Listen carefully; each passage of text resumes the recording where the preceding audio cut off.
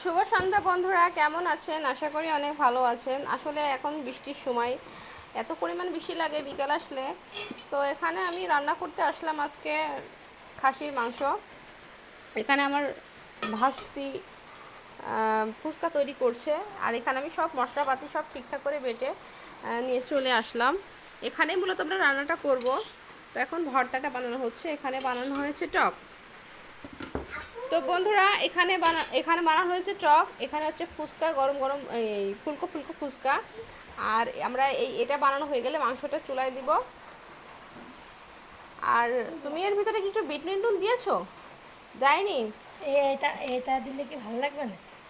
হ্যাঁ, ওইটা তো ম্যাগিটা ম্যাগিটা দিলে ভালো লাগবে। আমি তারা একটু টেস্ট করে দেখি। উদ্ভাবন বন্ধুরা, কার কার অত ফুচকা ভালো অল্প লাগে? কেন আনবে? আমি একটু উদ্বোধন করে দিই।